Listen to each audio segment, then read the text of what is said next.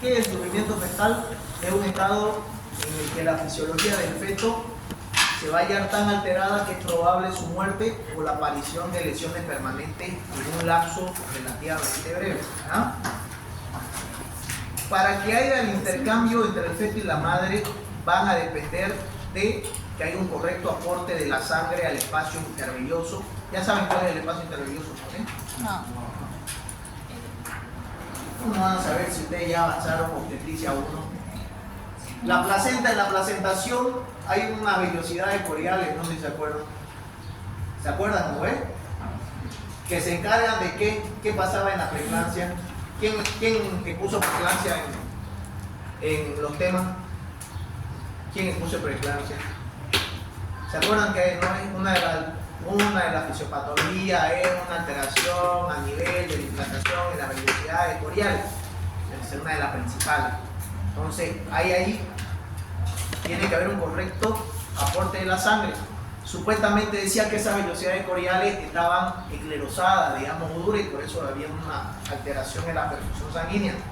Tiene que haber un intercambio normal a nivel de la membrana placentaria, intercambiar oxígeno sangre. Tiene que haber un aporte de sangre al útero en calidad y cantidad normal. Y tiene que haber una capacidad del feto para poder transportar la sangre en calidad y cantidad suficientes. Tiene que haber ese intercambio entre sangre, entre volumen y calidad, una buena calidad de sangre, y el feto tiene que poder distribuirla a los órganos, digamos, de su cuerpo. Su etiología va a tener problemas maternos, puede ser maternos, placentares, funiculares y fetales. Dentro de los procesos que pueden desencadenar asfixia, tenemos la hipertensión crónica o preeclampsia o eclampsia, afecciones vasculares, diabetes, uso de droga, hipoxia por alteraciones cardiorrespiratorias, hipotensión o infección. También puede haber hemorragia y anemia, ¿no? En la placenta, infarto, fibrosis, desprendimiento prematuro. En el cordón, prolapso, vuelta del cordón, nudo verdadero, compresión, anomalías en los vasos. Y en el feto, hidrops, infecciones, retardo de crecimiento y pomadura. Parece que se pasa de maduro. Entonces, ¿qué va a pasar en el sufrimiento fetal? Va a haber causas que van a determinar un aporte de sangre al útero insuficiente o con una calidad anormal. Esas causas que determinan una disminución del gasto sanguíneo al útero puede ser una caída de la presión arterial materna, por ejemplo, un shock. Un ejemplo, digamos, una paciente que se accidenta, sale por el vidrio, se corta la carótida y se desangra. Ella se va a morir por el corte de la carótida. No, se va a morir porque entró en shock, porque perdió volumen sanguíneo. Entonces, ¿qué va a pasar con ese bebé? Ese bebé va a empezar, como ya no va a haber ese aporte que le está pasando la mamá por el ombligo de sangre al bebé, entonces va a entrar en un problema compensatorio, va a intentar hacer el bebé. Va a empezar a chupar sangre de donde pueda para mandárselo a los órganos que son vitales: cerebro, sistema nervioso, glándulas suprarrenales, pulmón, corazón. Por eso es que, por ejemplo, cuando una madre, digamos, que está embarazada, se muere, ¿qué hacen los paramédicos? La dejan que se muera y lo llevan, no, que se muera el bebé. No, ese ratito nomás descartelo y la abren ahí donde está el accidente y lo sacan al bebé para ver si lo sacan vivo. No esperan llegar al hospital, porque hasta eso se muere el bebé. Compresión de aorta en ilíacas primitivas, eso se va a determinar en el efecto Poseidon. 5 puntos al que me digan qué es el efecto Poseidon. Ahorita, sobre la final de la nota, hasta contar 3. 1, 2, 3. Miércoles. ¿Cómo avanzaron semiología, güey? Se la voy a... Le voy a ayudar. Es un pulso. Pulso femoral. Una disminución del pulso femoral. ¿Por qué? ¿Por dónde pasa la aorta y la ilíaca primitiva? La anatomía. Hace mucho tiempo. A ver,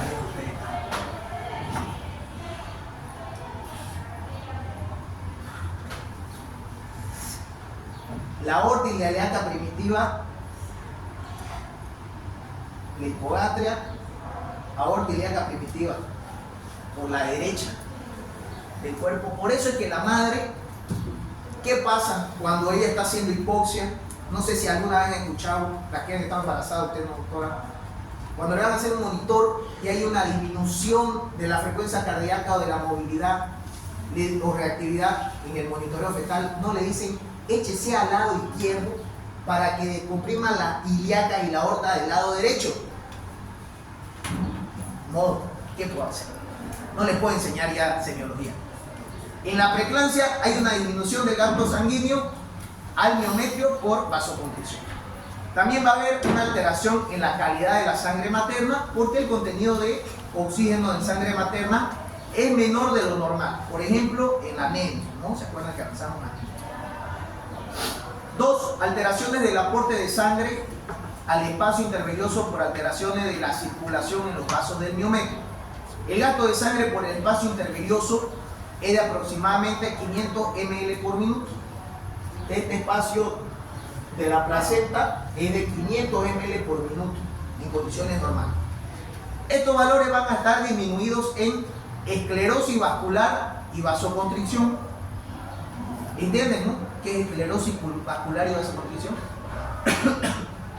¿Qué es esclerosis? No sé si están más mal que el otro grupo ustedes.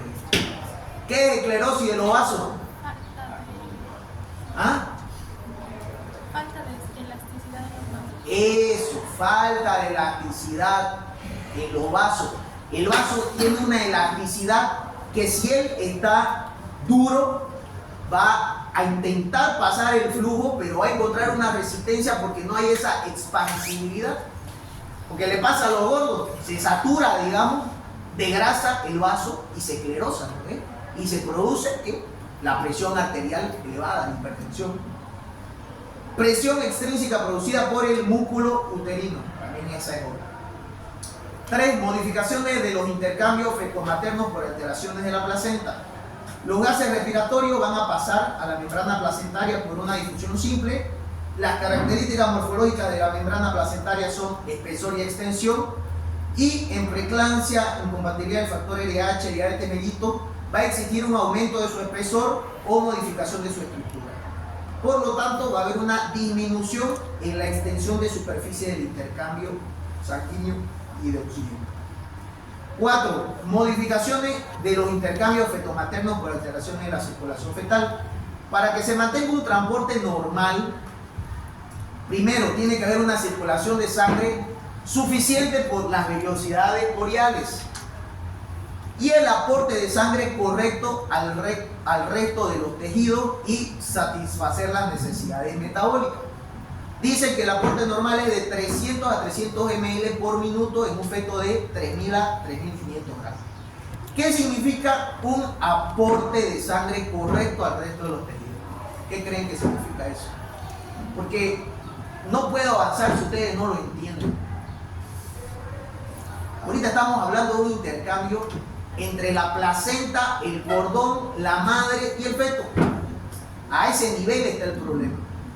Entonces, si hay un aporte incorrecto de sangre, o sea, si no están pasando esos 300 a 350 ml por esas velocidades coriales, ¿qué va a pasar? El feto no le va a poder mandar la sangre a todos los órganos que necesita para que estén bien sus pies, sus manos, su intestino, sus pulmones, su riñón, su vejiga, su páncreas. No va a poder. Y va a entrar en sufrimiento. Estamos hablando de sufrimiento fetal. Entonces, ¿qué va a pasar en el sufrimiento fetal? Va a haber una disminución del intercambio entre la mamá y el feto. Eso es el sufrimiento fetal. Se puede producir una disminución del aporte de oxígeno, lo que va a causar una hipoxemia fetal. ¿Qué es hipoxemia? ¿Qué es hipoxemia? ¿Qué? Levante la mano.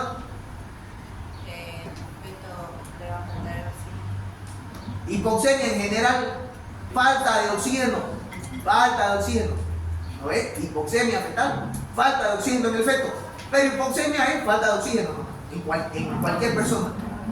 ¿Y qué hipoxia fetal? ¿Qué? No. Si hipoxemia es la falta de oxígeno. Para que ustedes aprendan la diferencia. ¿Qué va a ser la hipoxia? Hipoxemia, ya sea fetal o en la mujer o en el hombre, falta de oxígeno en el cuerpo. Hipoxia fetal o hipoxia en la mujer o hipoxia en el hombre o hipoxia en el perro o hipoxia en el chulupi, va a ser falta de oxígeno a los órganos de ese feto. ¿Me entienden? ¿Entendieron la diferencia, no es? Uno es falta de oxígeno en el cuerpo, y esa falta de oxígeno en el cuerpo, ¿qué va a hacer? Va a hacer que el mecanismo compensatorio del sistema circulatorio del bebé, del neonato, recién nacido del feto, le quite oxígeno, lo que hablábamos ahora en la clase de práctica, le quite oxígeno a los órganos que no va a necesitar para vivir, a los pies, al intestino, al epíplon, y se lo redistribuye a los órganos que sí vamos a necesitar. ¿Cuáles son los órganos que necesitamos para vivir? Cerebro, corazón, glándulas suprarrenales, pulmón, ¿no es? A lo demás, podemos vivir sin de 6 metros de intestino, nos pueden cortar 5 y podemos vivir. Una colotomía, cagamos por un tubo, ¿no ves? Nos pueden cortar la pierna, vivimos, ¿no ves? Nos pueden cortar las manos, vivimos. A ver, no saben los pulmones, no vivimos nunca. Nos descerebramos, chao, no vivimos. Por eso es que, por ejemplo, en el hombre, digamos, un hombre que va y escala el monte Everest, ¿qué es lo primero que pasa en la congelación? ¿Qué es lo primero que se congela? Los dedos de las manos, los dedos de los pies, la nariz. ¿Por qué? Porque esos órganos no los necesita. Usted puede ir con su dedo sin sensibilidad. Puede seguir. ¿No ves? Pero no puedes ir sin tu pulmón, sin tu cerebro. No vas a pensar y ahí nomás no vas a poder evitar cuando pasen lo que van a ir a rescatarte. ¿No ves? Por eso es que el cuerpo es tan sabio que te quita lo que vos no vas a necesitar. Esa hipoxia fetal va a hacer que haya una glucólisis anaerobia, o sea, se va a empezar, ¿qué va a empezar el bebé? A sacar la glucosa, porque él actúa a través de esa grasa que te produce glucosa, ¿no ves? Por eso es que los gordos, digamos, tenemos glucosa además, digamos, energía acumulada, ¿no ves? Y esas reservas de glucógeno se van a disminuir. Por eso es que las que fueron a práctica, ¿qué solución le ponemos al bebé, al trabajo de parto cuando entra? Un dextrosa, ¿no ves? Porque si la paciente está en una disminución de glucógeno, o sea, hay una disminución de glucógeno, ¿qué dijimos que iba a pasar? Dijimos que un monitoreo fetal, su frecuencia cardíaca tiene que ser reactiva y variable, ¿ves? Le ponemos glucosa a nosotros para que él esté reactivo, los puntos, y variabilidad, esto que baja y esto que sube. ¿Se acuerdan que dijimos eso ahora en la práctica? Por eso le ponemos glucosa, para que el bebé no esté débil. Si viene el bebé y está así, su monitor, ¿qué significa? Que está con un sufrimiento fetal por todo esto que hablamos: disminución del oxígeno, una hipoxia, la distribución y disminución de la glucosa. Entonces, ¿qué hago yo? Le pongo dextrosa para mejorar su glucosa y reactivarlo al bebé. ¿Se acuerdan que le dije? Podemos hacer una carga de 500, una carga de 1000, etc. Esa disminución de la glucólisis va a producir una disminución del oxígeno por la célula, un aumento de los hidrogeniones y una alteración de la relación del lactato piruvato, lo que va a producir una acidosis metabólica. El bebé entra en acidosis. Por el otro lado, va a producir una retención de dióxido de carbono, que va a producir una hipercapnia y que va a producir una acidosis respiratoria. Entonces está en acidosis metabólica y acidosis respiratoria. ¿Qué va a pasar con estas dos? La acidosis metabólica y la acidosis respiratoria disminuyen el pH del bebé, lo que va a hacer que haya una van a interferir en el funcionamiento enzimático, se agotan las reservas de glucógeno y aparecen las lesiones irreversibles en el sistema nervioso central, en el pulmonar y en el cardíaco. O sea, se fregan los órganos y se muere el bebé, por obviamente, ¿no? ¿Cuáles son las reacciones compensatorias de adaptación? Si el bebé, digamos, entra en una acidosis e hipoxia fetal, va a haber un aumento del tono simpático, lo que va a producir un aumento de la frecuencia cardíaca que va a indicarnos que está en un nivel crítico de hipoxia y se va a producir un aumento del tono vagal. Y alguna vez se lo dije para que ustedes entiendan esto, porque estoy seguro que no le entienden lo que les he explicado ahorita. ¿O le entienden? ¿Quién se anima a explicármelo? 5 puntos al que se anima a explicármelo ahorita. Sobre la nota final. Lo que fueron a práctica hoy día deberían saber. Una vez que o feto, o sistema do feto entende que está faltando oxígeno, há uma resposta simpática que aumenta a frequência cardíaca, com o intuito de que? De bombear mais sangue, para que ocorra maior perfusão pelos tecidos. Mais ou menos isso. E depois ocorre o nível crítico de hipóxia, né? E vai aumentar o tono vagal. ¿Qué es el tono vagal? Tono vagal. Bien. Lo tono vagal es... No me acuerdo de tono vagal. ¿Qué es el vago? A ver, el sistema nervioso.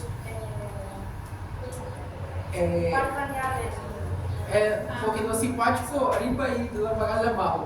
Mais ou menos assim. É um que controla o outro. Mais ou menos assim. Ya, pero ¿qué va a controlar el tono vagal? O tono vagal vai controlar nuestros esfínteres. Eso. Bien, doctor, 5 puntos, anótese. Me hace acuerdo. Ya. Se lo voy a explicar. Está bien lo que explicó, pero estoy seguro que los compañeros no le entendieron tampoco otra explicación. ¿O le entendieron? ¿Entendieron lo que pasaba? Sí. ¿Entendieron ya qué pasaba, doctor? ¿Qué me está diciendo? El feto va a tener una respuesta compensatoria que va a aumentar su frecuencia cardíaca por toda la acidosis y la hipoxia. Y esto va a generar una reacción en su sistema nervioso a nivel vagal y va a relajar los esfínteres y puede llegar a tener un embarazo con meconio. Eso, o sea, el bebé ya está jodido, digamos. Está chupando sangre de donde puede, digamos. Le quitó a todo, le quitó al intestino, le quitó a las extremidades. Y el tipo está apretándose de todos lados. Como le chupó sangre al intestino y al epíplon, para mandárselo al cerebro, al corazón, a los pulmones, al sistema endocrino, para funcionar él, va a empezar a taquicardizar. Lo primero que usted va a ver, taquicardia fetal en el monitor, porque usted todo esto lo va a traducir en el monitoreo fetal. Va a empezar una taquicardia. ¿Qué es lo que nos pasa cuando estamos por morir? Nos aceleramos, ¿no? El corazón tratando de compensar, mandando más sangre, digamos, a todos los órganos. Pero ese ya está jodido porque ya tiene una hipoxia jodida, ya está crítica, ya está por morir, digamos. ¿Qué pasa? Se relajan los esfínteres porque le chupaste la sangre a esos esfínteres, se la sacaste la sangre. Entonces, como cuando mataron, alguna vez alguien atropelló un perro y se bajó a intentar reanimarlo, pero ya no quedó más que apartarlo de la carretera. Bueno, cuando va a atropellar un perro o se va a morir alguien, no digo que yo sea un mataperro, digamos, pero me ha pasado atropellado alguna vez un perro. Lo chequeas al perro para ver si va a vivir. Si el perro se hace caca y se orina, ya no hay manera, digamos, ya aflojó el esfínter. ¿Alguien de ustedes ha visto una persona morir en una sala de urgencia? Se orina, digamos. Se orina y se hace caca. Ahí voy a te dar cuenta que ese no, ya está echado, digamos. No hay cómo lo revivir. Ya aflojó los esfínteres, ya su sistema de mecanismo compensatorio no hay manera de revivirlo. Entonces, ¿qué pasa? Él está al máximo de su capacidad de perfusión sanguínea. Está bombeando. ¿Y qué fue lo que dijimos ahora? Nadie puede correr los 10 kilómetros a 10 kilómetros por hora. Nadie. En algún momento vas a bajar. ¿No ves? No sé si a alguno le ha pasado que está corriendo, como yo, cero fuerza, digamos, y más allá me empiezo a marear, me falta la respiración, ves estrella. Lo mismo le pasa al bebé. Él agotó su mecanismo compensatorio, relajó el esfínter, se hizo caca adentro y ¿qué hizo? Se le fue la frecuencia cardíaca. De estar taquicárdico se va a taquipneico. Y de pronto de estar en 190, 200, ¡pum! 40. Ya tenés que sacarlo ese bebé. ¿Y cómo nos vamos a dar cuenta? En el monitoreo fetal. Porque el monitoreo fetal, si está aquí, va a estar aquí así. De pronto va a empezar a hacer desaceleraciones, que son los dips, ¿no ves que hablamos? Y de pronto, cuando ya está en la última, ya lo van a ver así. Una línea. Porque ya no tiene estímulo. ¿Qué va a pasar?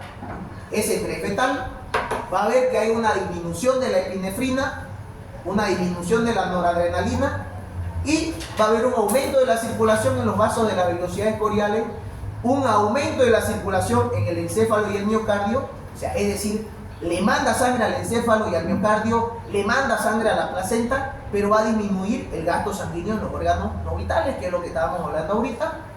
Va a tratar de mejorar las condiciones circulatorias en los parénquimas vitales y la placenta. O sea, le va a mandar a la placenta y a los órganos vitales y lo otro se va a morir, o sea, va a aflojar, por eso se hacen caca.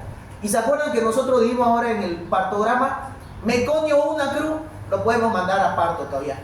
Pero meconio 2 y meconio 3 cruces, ya no digamos, hay que sacarlo sí o sí a ese bebé. ¿Ya?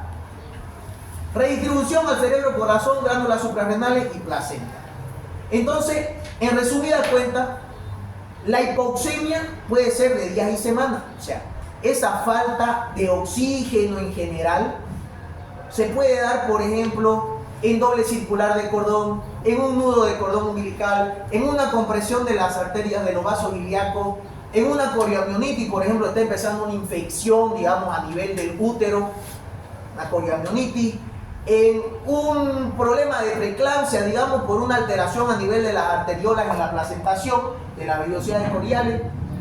Eso a la larga le va a producir hipoxia al bebé, le va a quitar la sangre, el aporte sanguíneo y el oxígeno a los órganos.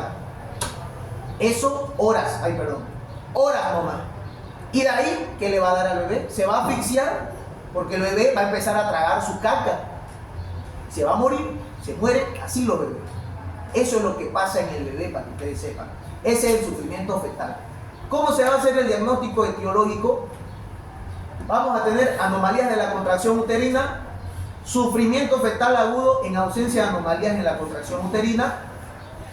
¿Cuáles son las anomalías de la contracción uterina? Una hipercinesia, que se traduce la resistencia del útero frente a un obstáculo, y se observa a menudo cuando hay una desproporción fetopélvica, ¿no? Por ejemplo, una hipercinesia de intensidad, las contracciones importantes y prolongadas en intensidad al inicio del parto. No sé si se acuerdan lo que fueron ahora a la consulta, a la práctica. Yo le dije que tenía que haber 3 contracciones en 10 minutos, ¿se acuerdan? En un trabajo de parto.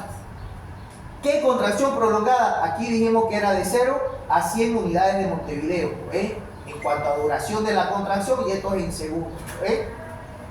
Una contracción sostenida. Una contracción sostenida hace una hipertonía uterina. La hipertonía uterina lo tiene loco al bebé. Una hipercinesia de frecuencia, que es lo que le dije, policitoria, que en 10 minutos, en vez de haber 3, van a haber 5. ¿Se acuerdan que le dije? Hipercitorio.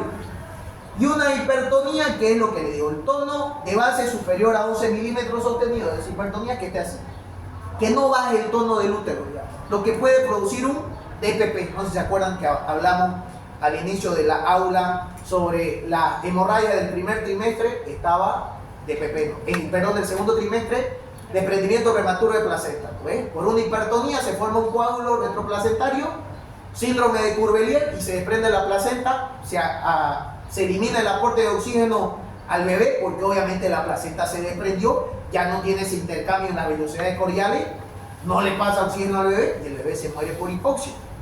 ¿Se acuerdan? ¿No ves que hablamos de eso a comienzo del semestre? Si no se acuerdan, vayan a leer la diapositiva. Entonces, sufrimiento fetal agudo en ausencia de anomalías de la contracción uterina. Anomalías en la duración del parto, por ejemplo, parto prolongado puede agotar la reserva de oxígeno de la cámara intervellosa. Trastorno de ventilación, hipocapnia, alcalosis respiratoria, va a disminuir el flujo placentario. ¿Por qué? Porque ¿qué pierde una madre en el trabajo de parto? Electrolitos, no pierde sangre. Suda, ¿no? Transpira y se pone hipóxica. ¿Alguien ha visto un parto? Hoy día van a mirar trabajo de parto en YouTube, en vez de mirar su novela, trabajo de parto, en vivo. Y ahí van a ver que la madre está... ¿Y qué pasa cuando vos estás haciendo eso? ¿Qué pasa? Hay una hipoxia a nivel cerebral, ¿no ves?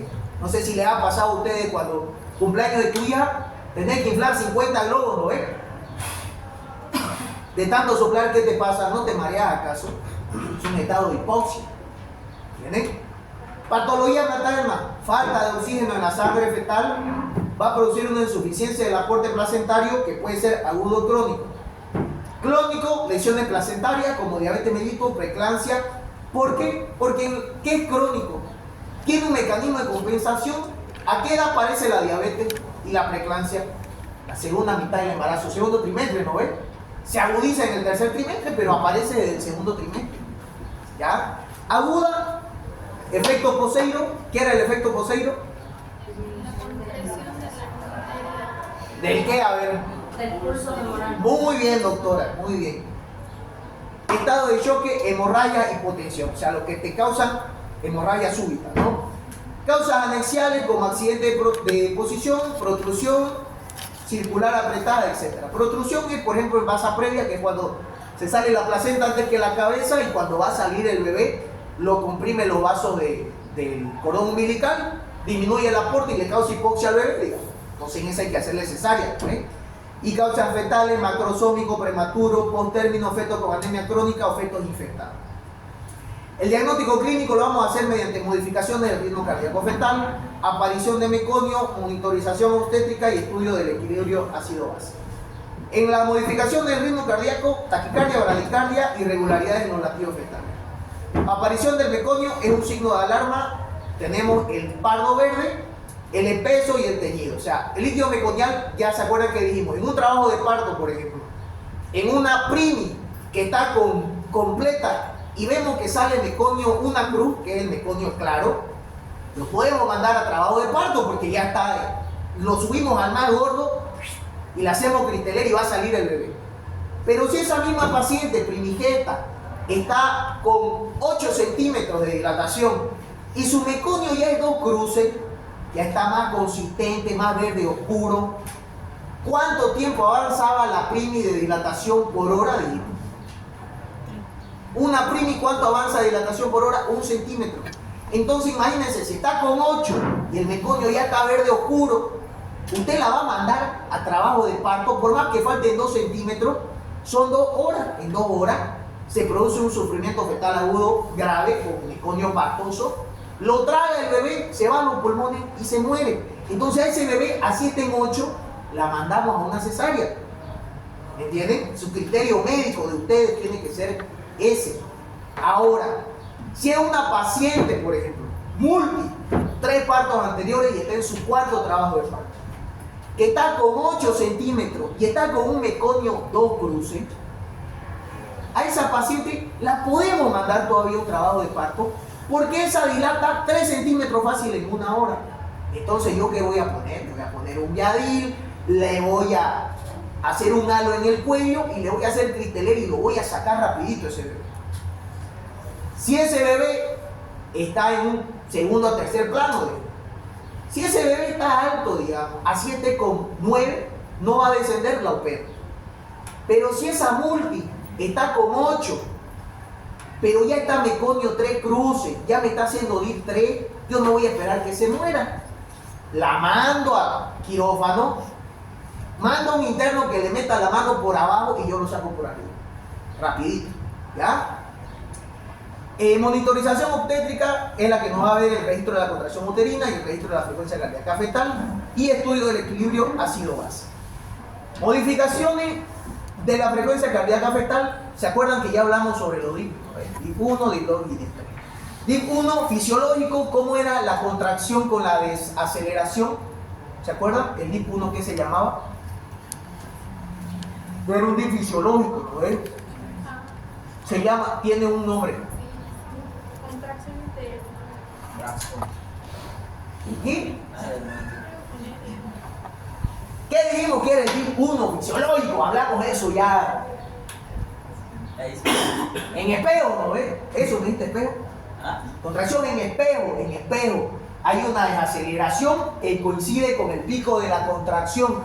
Eso es fisiológico, puede ser porque está con una circular y viene una contracción, le aprieta el cuello, desciende 15 segundos, la frecuencia cardíaca, digamos, desciende en profundidad en el pico de la contractibilidad. Eso es fisiológico, puede ir un par. Pero en el DIP 2, ¿qué pasa? Una contracción uterina debido a una alteración en la reserva de oxígeno. Va a haber la disminución de la frecuencia, va a coincidir en la curva de desaceleración de la contracción. ¿Se acuerdan que hablábamos de esto? Ya se lo expliqué yo a comienzo del semestre. DIP 2. Y DIP 3, asociado o no a la contracción uterina, puede ser debido a la compresión del cordón umbilical o a una hipertonía, que es independiente de la frecuencia, es aquella que viene la contracción y no cede, por ejemplo, una hipertonía, un DPP, etc. Ese es el DIP 3. ¿Se acuerdan que hablamos de eso? No se acuerdan, van a leer ahora, por favor, por sus exámenes, hartos están aplazados. Lo voy a subir la nota ahora. Método de monitoreo: preparto, tococardiografía, perfil biofísico, ultrasonografía Doppler, intraparto, monitoreo electrónico continuo, oximetría de pulso, pH sanguíneo del cuero cabelludo. Eso no se hace aquí porque no tenemos los medios, pero lo que se hace es, por medio del cuello, usted le mete un iteroscopio y le hace una pequeña peladurita a la cabeza, a la escarpa del bebé, y le saca esa sangre y lo manda para ver el pH. Y en el posparto, eso ya lo ve el pediatra, Apgar, gasometría y prueba neuroconductual. Eso lo ve el pediatra, no lo vemos nosotros. Entonces, dijimos que hay dos tipos de monitoreo, ¿no ves? Hay monitoreo estresante y el monitoreo no estresante. ¿Cuál es el monitoreo no estresante?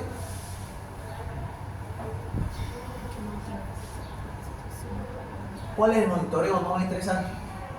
Lo dije ahora a los que fueron a la práctica. ¿Cuál es el monitoreo no estresante? Es el monitoreo que se hace cuando el bebé no está sometido a estrés, porque el monitoreo estresante es cuando le ponemos oxitocina o prueba de depósito. También le pone oxitocina. También se hace oxitocina al que usted quiere o inducir una contracción, inducir un trabajo de parto o conducir un trabajo de parto. El riesgo es que como le estás poniendo oxitocina, lo vas a distociar o se puede distociar el parto, ¿no? ¿Saben qué es distociar? ¿No? Que no se haga ya ese. Distociar es que de estar fisiológico se haga distóxico, es decir, que se altere el trabajo de parto. Un trabajo de parto normal es eutóxico. Y si se altera, se vuelve distóxico. Entonces, usted a un parto le pone oxitocina y le está metiendo una solución que va a hacer que ese útero se contraiga para que se disminuya la dilatación, para que haya, un borramiento y dilatación. Pero hay que controlarlo porque se puede alterar el bebé. En los métodos de monitoreo del perfil biofísico se miden 5 parámetros: movimiento respiratorio, fetales, tono fetal, volumen de líquido amniótico y monitoreo fetal no estresante. Se valora por 2 puntos: de 8 a 10 no hay asfixia, menor a 7 hay asfixia. Se hace ultrasonografía Doppler, se busca la resistencia vascular en la circulación fetal y uteroplacentaria, arteria cerebral media, la uterina y la placentaria. El monitoreo electrónico continuo de la frecuencia cardíaca fetal, que es el Doppler, ustedes lo han visto en el hospital.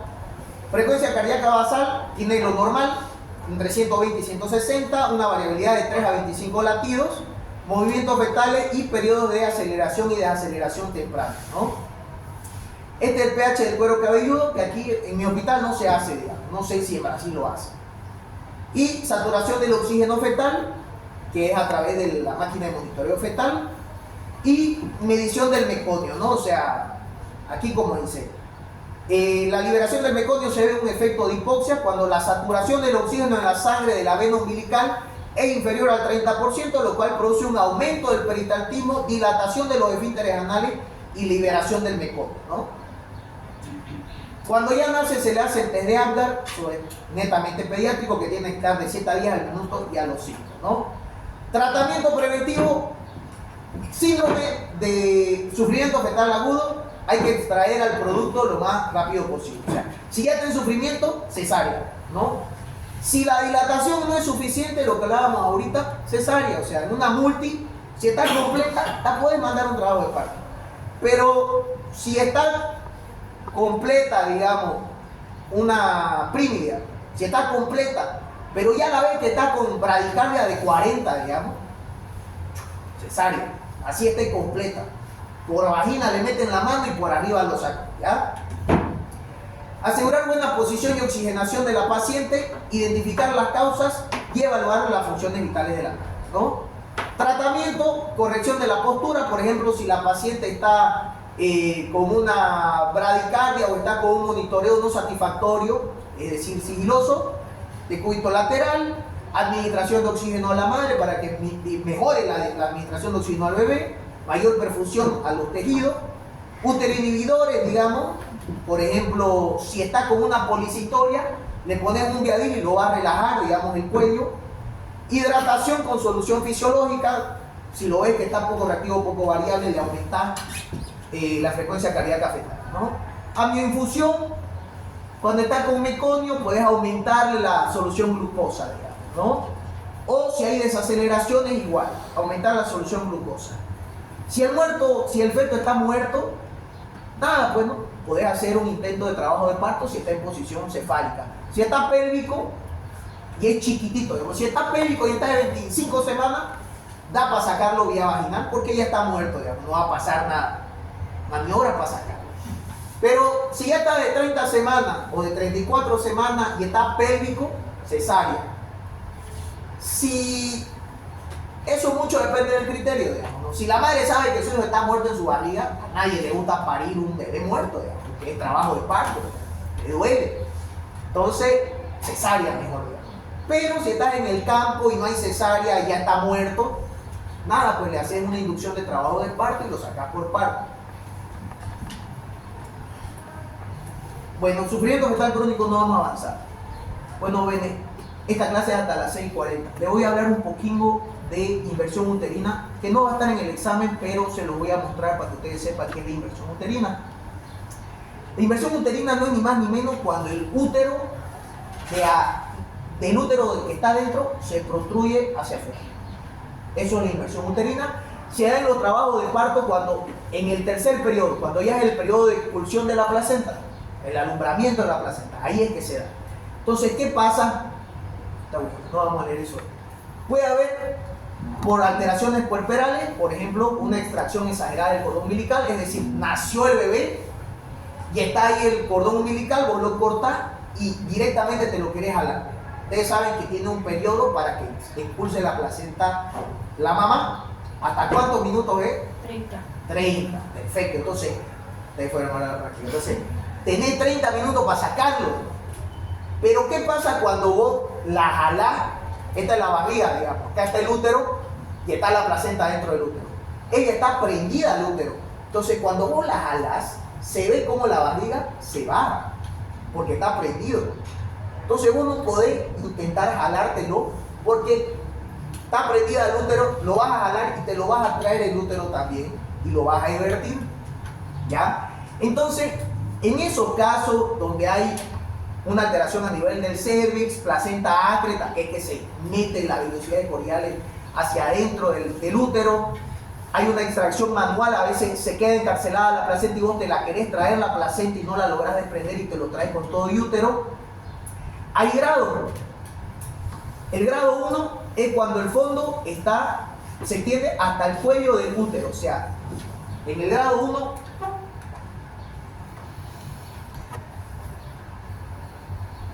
o sea, este es tu cuello, digamos. ¿Qué pasa?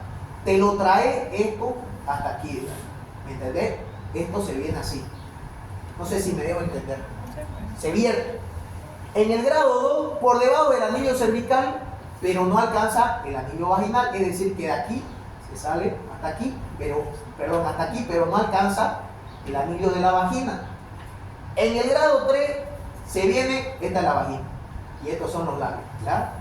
Se viene hasta aquí, hasta el canal vaginal, y en el grado 4 ya se sale de la vagina, ¿entienden? ¿Qué es lo que hay que hacer? Hay varias maniobras, ¿ya? Usualmente vienen con una triada que es hemorragia, shock y dolor. Cuando la paciente se desangra y le duele.